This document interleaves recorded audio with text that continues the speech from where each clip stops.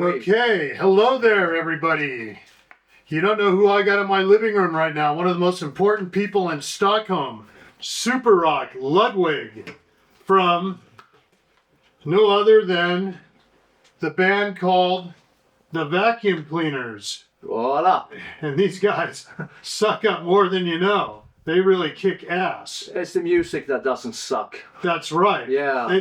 We suck less. They vacuum it up. Yeah. Play the best. Yeah. That's what they do. Not that way, but for the good thing and the fun, you know. Yeah. Exactly. But it's always fun to have you in my living room.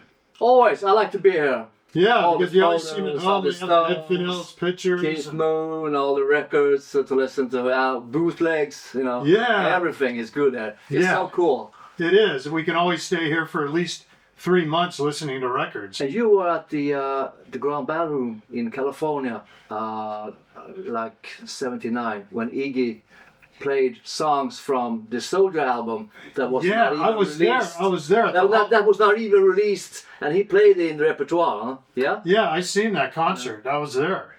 You see Yeah. what? Yeah? I sure was. It was up in Hollywood.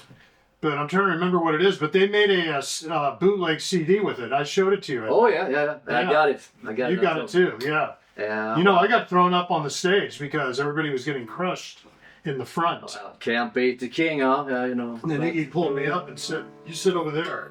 Yeah. And he pulled a girl up and had her sit over there with me. Cool. So that was really nice. Yeah. Yep. Memories from the youth. Well, you can't be the king, you know, but That's right. you can try. Having fun. Play a rock Play and us a roll. song before we do the interview.